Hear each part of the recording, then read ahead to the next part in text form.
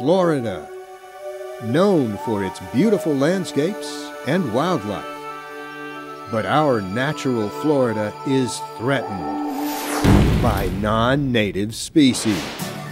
To bring attention to this threat, the FWC partners with local organizations to host non-native pet amnesty days, where Floridians are invited to donate their unwanted non-native pets free of charge with no questions asked.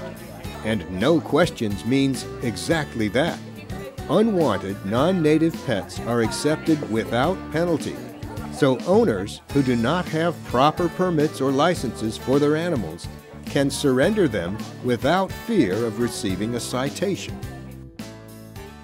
The Southeastern United States in general is experiencing a problem with non-native exotics being introduced to the environment. The problem is that people don't know what to do. They get these animals as pets thinking they're going to make good companion pets. They don't realize they outgrow their welcome. They soon exhibit the fact that you can take an animal out of the wild, but you can't take the wild out of the animal.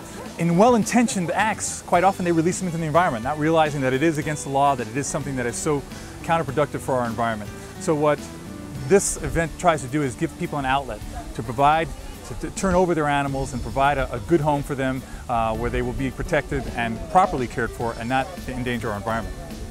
And what we're going to do is I'm doing just a brief health exam on them. All donated pets are examined by a licensed veterinarian, and every effort is made to place healthy animals with qualified caregivers. My mom was listening to the radio and she heard something about exotic pets.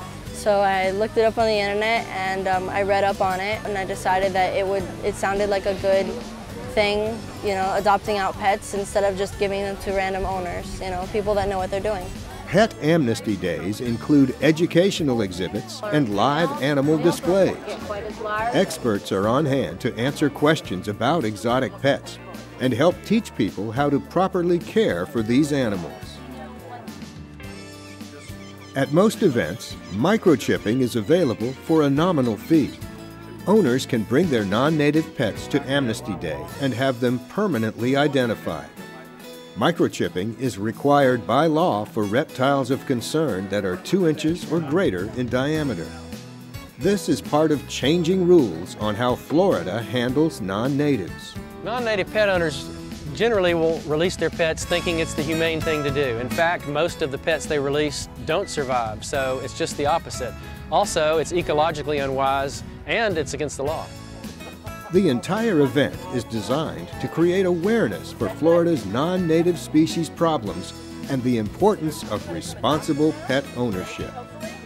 And working together with communities, partners, and volunteers, the FWC will continue its efforts to prevent non-native species from being released into the wild and continue mobilizing people to do all we can to protect our Florida naturally.